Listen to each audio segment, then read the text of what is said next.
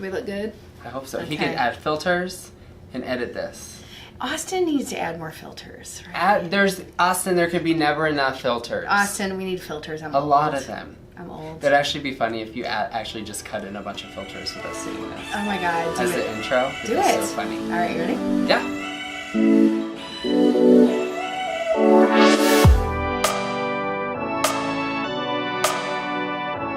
Hi, this is Nicole Kupchik and welcome to 10-Minute Tidbits.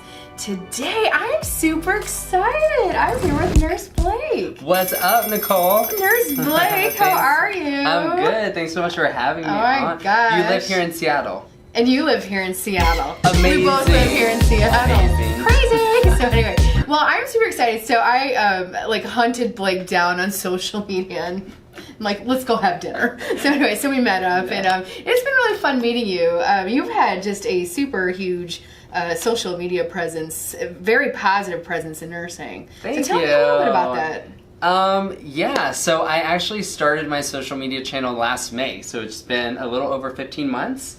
And it started with my first viral video, which was the scrub romper. Oh my god. No, okay, so it's so funny. I saw that when you posted it, and then it was just like died laughing, and then it's so funny, like I meet the guy, the romper guy. That's so funny. Oh my god, you were so adorable. That What was made my you do first that? That was so video. funny. So I started Nurse Blake out as more like an educational platform, and I wasn't getting like a lot of hits or anything, and I'm like, I need content that's funny that attracts a wider audience. So I saw the male romper that came out, and I'm like, oh my gosh, it would be so cool if there was a scrub romper. So I went in my closet, got an old set of scrubs, like cut it, I pinned it, and I glued it. It wasn't nice. It's not like I like hemmed one or anything. No. And videoed it, put it online. It was picked up by like all the news stations. I was in Texas at the time, and my grandmother in Florida is like, oh my gosh, you were on the local news, like dancing in your scrub romper. Blakey, we're on the news! This is crazy, this is nuts, I love it. Okay. So I just started making more videos, Yeah. and I want to always be positive. Nursing is a very difficult job, it's challenging. So I like to keep my content lighthearted.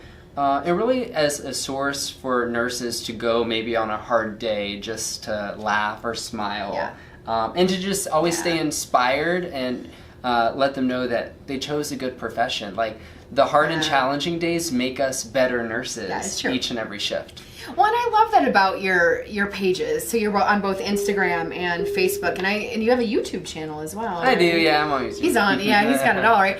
But I love that about your pages because you're so positive, and I mean, you just like have to like Nurse Becky. Oh my God, the wig! Holy! If you guys haven't seen Nurse Becky, you gotta watch it. Nurse Becky's my like alter ego nurse. My gosh, and so freaking funny. She comes and goes in some of my videos, but it's so funny to play along with another character. People love Nurse Becky. Nurse Becky's like fabulous. People love Nurse Becky. I would say she's more famous than me and the scrub romper. I like the one where Nurse Becky was in the break room. She's stealing from the potluck. Oh, well, There's no, that not one. that one. No, is that like what you're watching on TV? Because this is such a like, oh my gosh, you go in the break room and there's like one person who wants to sleep, and you're like, oh my gosh, it's 1 in the afternoon. Why do you have to nap? It's I so don't want to true. be quiet, right? And there's always one person who wants to sleep. One person that plays HGTV on or Ellen so loud, and it's just nursing break rooms are so funny. They are funny. I just go down to the cafeteria. Do you just escape? Just escape off the floor because you know you're on the floor for so long. So I always like to kind of get away and go to the cafeteria. Yeah. So what gave you the idea though to be such a positive, have such a positive influence? So tell everybody. Well, first of all, let's back up. So tell us a little bit about yourself. So where are you from? I'm from Orlando, Florida. Okay, That's why so I went to Floridian. Okay. Went to nursing school. Graduated with my BSN from the University of Central Florida. Go Knights! And now I'm in Seattle, but in nursing school, I started a campaign called Band for Life. Okay. And through that campaign, I learned the power I had as a nursing student to really impact change and have a positive influence. That's kind of helped me, put on Nurse Blake and have a very positive platform. Okay, let's dive in. I want to really dive into Band for Life. So tell us a little bit about this. How did this come to be, and what does it represent? What happened? Yeah. So back in 2013, I was halfway done through nursing school, and one of my friends with sickle cell anemia would always be in the hospital, and she Okay. was going to nursing school with us, and she would require blood transfusions all the time. Okay. And I realized, I knew donating blood was important, but I had never donated blood before. I don't know Okay. about you, but I hate needles. Like, Yeah, I'm not a fan of needles. like I hate Except needles in my face. so much. You gotta stay looking good and young. I love that so much. But yeah, so I decided to go out and donate blood for the Okay. first time. And so I go into the blood donation center. They give you a questionnaire, like Yeah. 52 questions. I'm filling it out. And one of the technicians took me in the back and went over it. And she said, "I'm sorry you can't donate blood." And I was like, why? She's Why? like, Yeah. "You're banned for life for being gay." Because that's one of the questions they ask you on the screening. And I did not know that. yeah, so the FDA, it's an FDA policy. It's not dictated Okay. by the blood donation centers. And gay and bisexual men have been banned from donating blood for life permanently since 1983. Wow, that's a really, and if you think about what's happening, what was happening back in 1983, that's when, you know, the AIDS epidemic, Yeah. you know, it was rearing its ugly head, and Yeah. there was so much unknown and so About much it. fear about it. Right. So that's from 1983. Has this never been revisited? It's been revisited maybe 2 or so times, but there was Really? never an organization that was focused solely on getting the policy changed. So let me get this straight. I'm just going to get raw because we're Yeah. nurses, all right? We Right. can handle it. So you could be some like person who's heterosexual, sleeps around with everyone and everyone, has got every STD known to man. You can donate blood. Yes. But if you've been in a monogamous relationship with somebody of the same sex, you cannot donate blood. Right. That's messed up. Yeah. Right? That's super messed Crazy, up. right? So, Wow. yeah. I did not know this. Yes. And so let me ask. So they test blood, right? They test When you, everyone's blood who's donating. So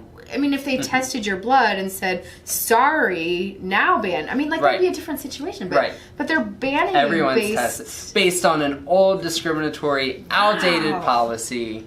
which Yeah, is crazy. crazy. It's absolutely crazy, especially when you think about just blood shortages. Right. And And we see it all the time. Oh, yeah. Especially after any type of mass casualty or natural Absolutely, disaster. yeah. There's a big call for blood donors, but yet they're turning healthy people away. Yeah, Right? who could donate. So what? Okay, so your goal is to change this. So my goal was to get the permanent ban lifted because it Okay. hasn't been revisited in years. Okay.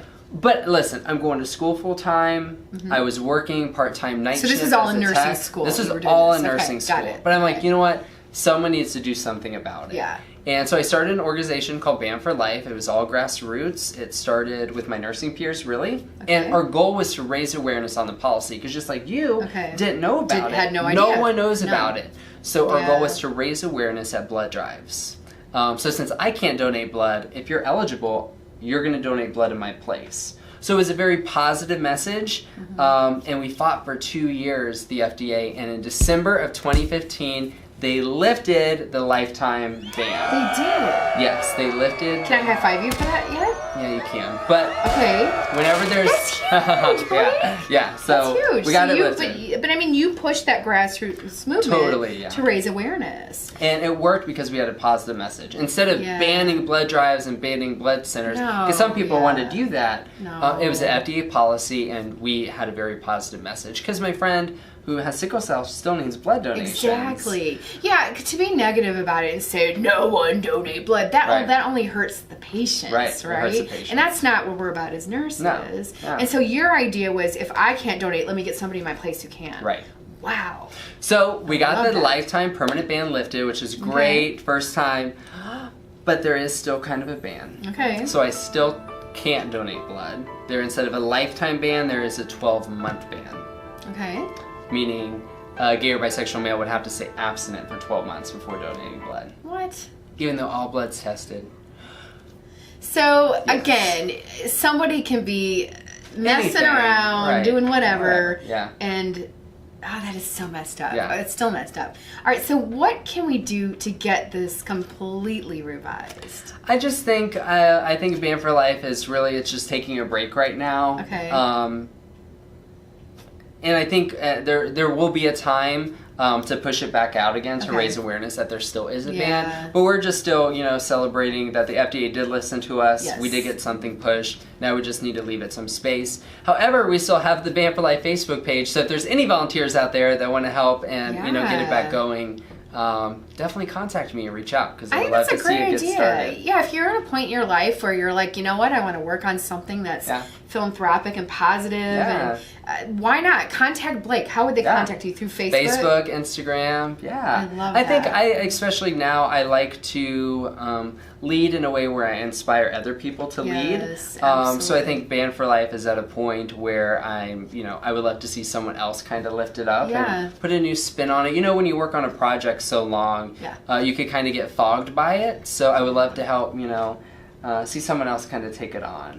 Because we got our goal, we had our goal of getting a policy change. So, That's amazing. And you're so young, and I love, I have to say, so many people are down on millennials. I actually, love millennials. Don't be down on us. No, absolutely. So, but, the thing is, do you know what I love about millennials? What? Is you think outside the box, right? And you think of different ways to do things, which I love. I absolutely love that. So quit knocking millennials. Quit and we'll give you a trophy. Right? No, I'm joking. I think every generation has their quirks. It's thing, totally. And you got to learn how to work with one another. My generation, Gen X, we had no one at home ever to watch us, so we're like wild. Oh, that's so funny. I love that's so great. All right. Well, thanks for sitting down with me today. Thanks, I love Nicole. it. So I'm Nicole Kupchik. This is Nurse Blake. And this is 10 Minute Tidbits. Thanks for watching. Bye.